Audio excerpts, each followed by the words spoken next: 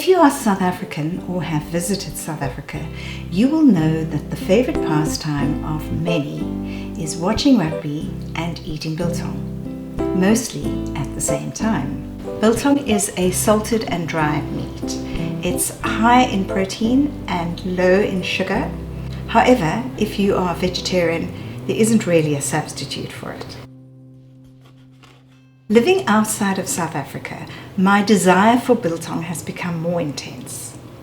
You can't bring biltong back into your new country as meat products are prohibited. Hi, my name is Lindy and thank you for watching my channel, Lindy Loves Life. I love cooking food for my family that they enjoy, and today I'm going to show you how to make biltong.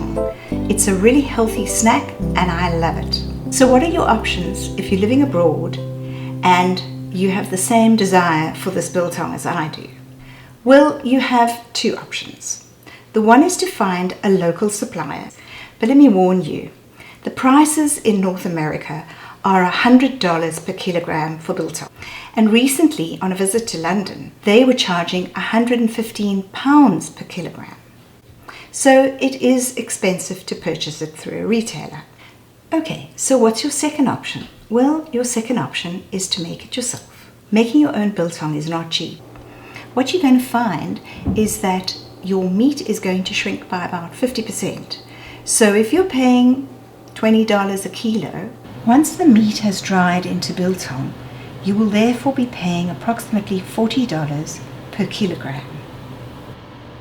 Once I had found the biltong recipe I liked, I started searching for a biltong machine. I found this New Zealand biltong machine called Kaboo. I'm not sponsored by them, but I enjoy using it and it makes delicious biltong. To make your own biltong box, you will need a box with a door, a light bulb for heat and a fan to circulate the air. Traditionally, biltong was made from the leftover meat of a hunt. It was then salted and spiced and hung in the elements to dry. This meant that the hunter always had food available for their family. I'm making beef biltong, and in my opinion, the best cuts are rump and sirloin caps, as they have a lot of flavor. Start by cutting the meat into strips. So here you can see a piece of the top cap. The meat has the grain running this way, parallel with the fat. So we're going to cut it into slices, and then when we slice it once it's dry, we cut this way against the grain. These are expensive cuts, but as they say, don't cook with cheap wine and don't make biltong with cheap meat. You can cut any thickness you like. 3 centimeters is best.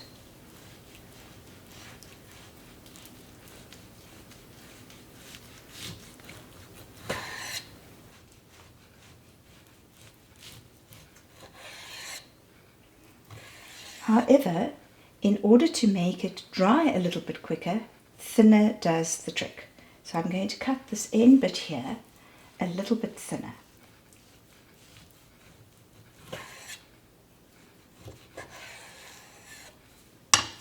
And then place it into this dish. You will find the biltong recipe with the ingredient quantities in the description below. I am using 2.5 kilograms of meat. Now we're going to salt our meat. I use the coarse kosher salt. Sprinkle the salt over the meat.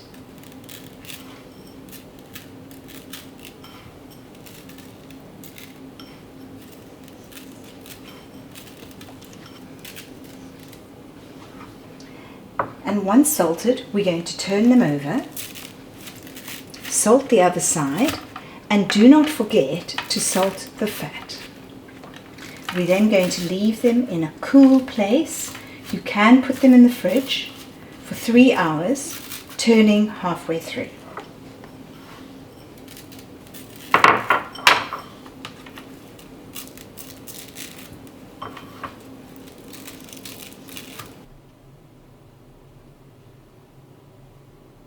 After 3 hours, wipe the excess salt off the meat with paper towel.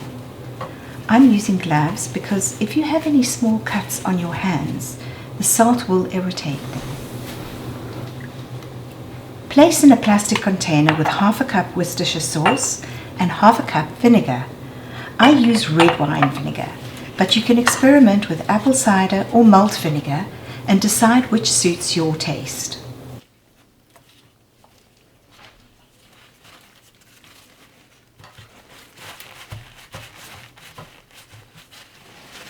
Leave in a cool place or the fridge for 2 hours, turning after an hour.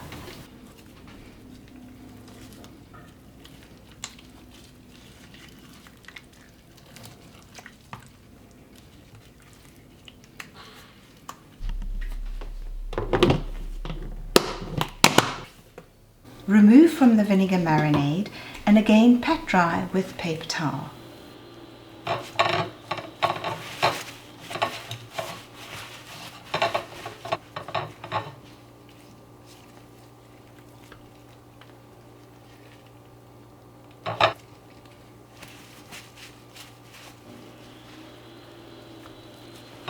So once you've salted and marinated your meat, the really important part are the spices. And this is what makes the difference between biltong and other dried meats. And the big difference here is coriander. So here are the coriander seeds. You do not want to use the ground coriander seeds. You want to buy the whole seeds and grind them yourself. And then what I do is I have the little grinder here, which I have dedicated for the spices. So you don't want to be using your coffee grinder or your curry grinder. Use a grinder specifically for your beef spices. So we're going to start by toasting the coriander seeds, and we need 40 grams. We're going to pop them into a dry frying pan. You want to be careful not to burn your coriander seeds. They will go bitter. So we're just going to put them in here and get them warm. Put in some fresh ones. So the other spices we're going to be using are chilli, which is your preference. If you decide you don't want it to be spicy, don't use the chilli, and pepper. This little stainless steel funnel that you use to put the jam in jars, I actually use it here now.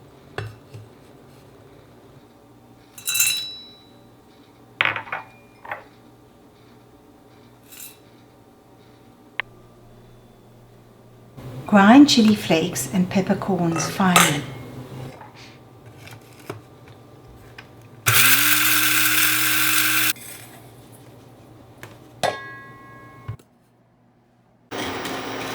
I can already smell the coriander toasting. Once they are toasted,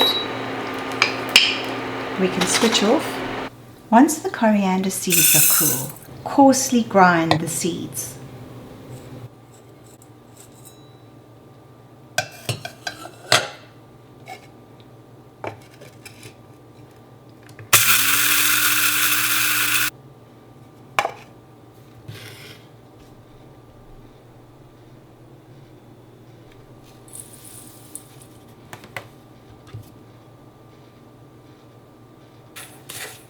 Mix all the spices together.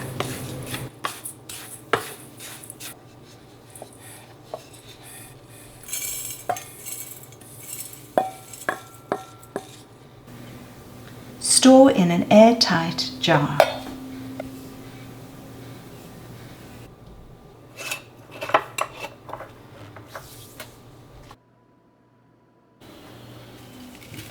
Cover both sides of your pieces of meat with the dry spices, making sure to spice the fat.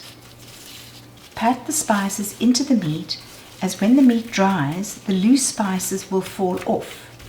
You want to be able to retain as much of the spice on the meat as possible.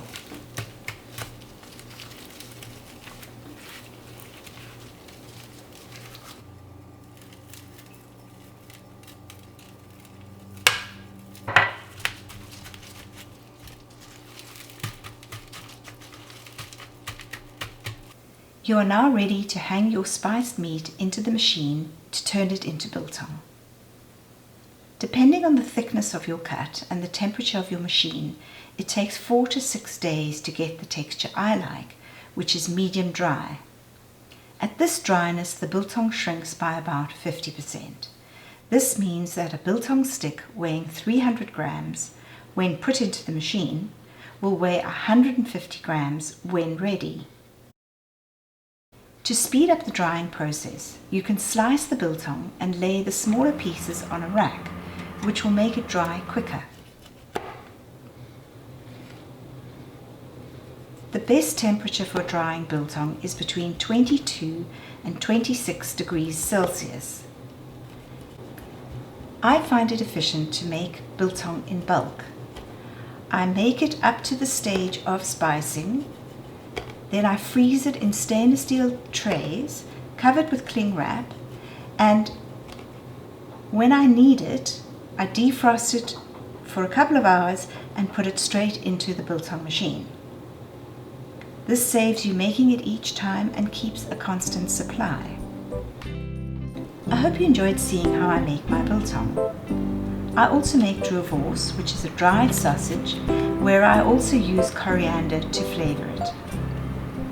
But that is for another video. Thank you for watching my channel, Lindy Loves Life. I appreciate your time and hope to see you again soon. Take care and bye.